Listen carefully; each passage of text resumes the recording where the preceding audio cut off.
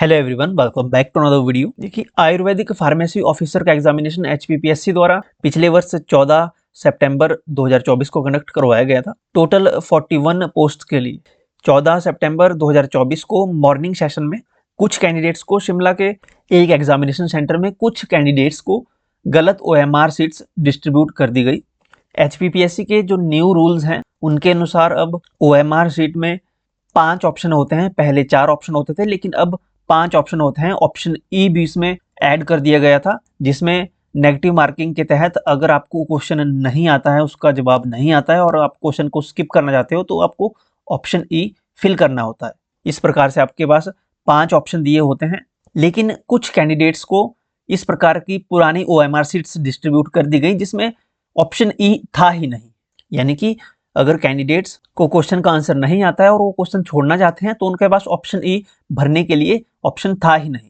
जैसा कि एचपीपीएससी की गाइडलाइंस में है कि in case the candidate does not want to answer a question to avoid negative marking, he shall have to encircle blacken the option E. Option E आपको भरना पड़ेगा।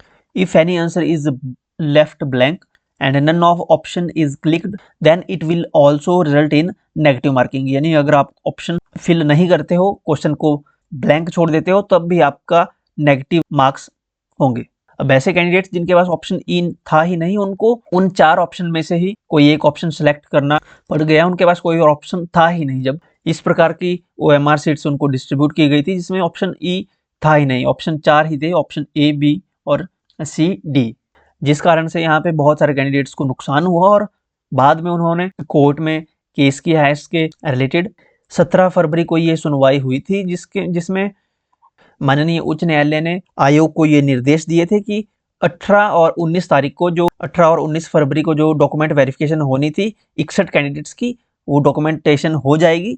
लेकिन जो फाइनल रिजल्ट है, but the final result shall not be declared except with the leave of this court. लेकिन अंतिम परिणाम इस न्यायालय की अनुमति के बिना घोषित नहीं किया जाएगा।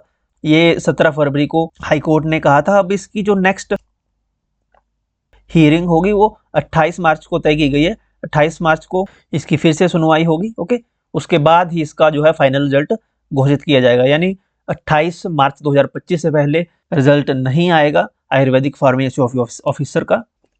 इसके रिगार्डिंग कोई और अपडेट आएगी तो हम आपको अपडेट कर देंगे। हमारे साथ आप जुड़ सकते हो टेलीग्राम, व्हाट्सएप और इंस्टाग्राम पे। इन सभी के लिंक वीडियो के डिस्क्रिप्शन में और फर्स्ट कमेंट में आपको मिल जाएंगे। चैनल को हमारे सब्सक्राइब कर लीजिएगा। Thank you.